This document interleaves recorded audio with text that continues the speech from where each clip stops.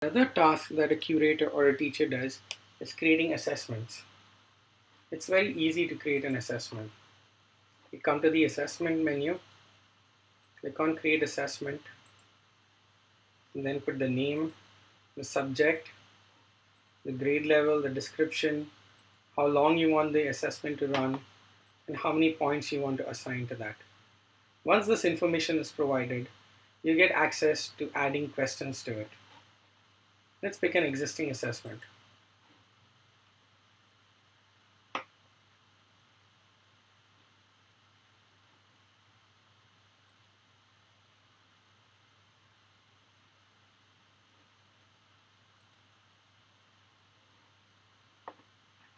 Here you can see this assessment now is for grade 5. It has 80 points that a student can earn. It runs for 5 minutes and 6 questions.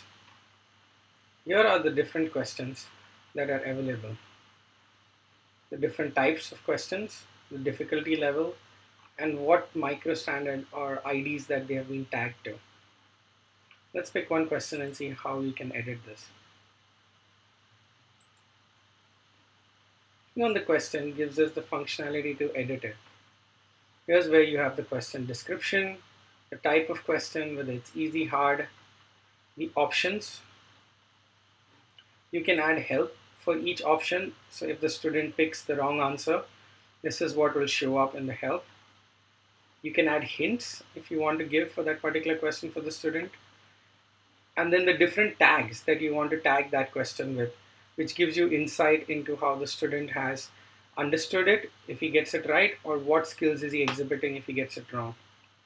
So there's a lot of flexibility for a curator to get insights about students attempting their questions or learning from their particular lesson. You can easily navigate through different questions by hitting the next button.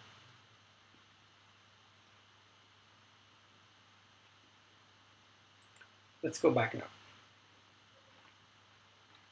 This is how you can create an assessment. If you want to create a practice question, we do it in the same way. The only difference is that once you give an ID to the practice questions, and when you create a lesson with the same ID, then our system goes and pulls in all the questions that have been tagged to this and creates multiple leveled practice questions. So you have a practice of level 1 with all the questions that have been tagged to this ID. You'll have a practice of level 2 and you'll have practice of level 3. So the system auto generates practices as curators keep creating questions and tagging it to the right microstandard.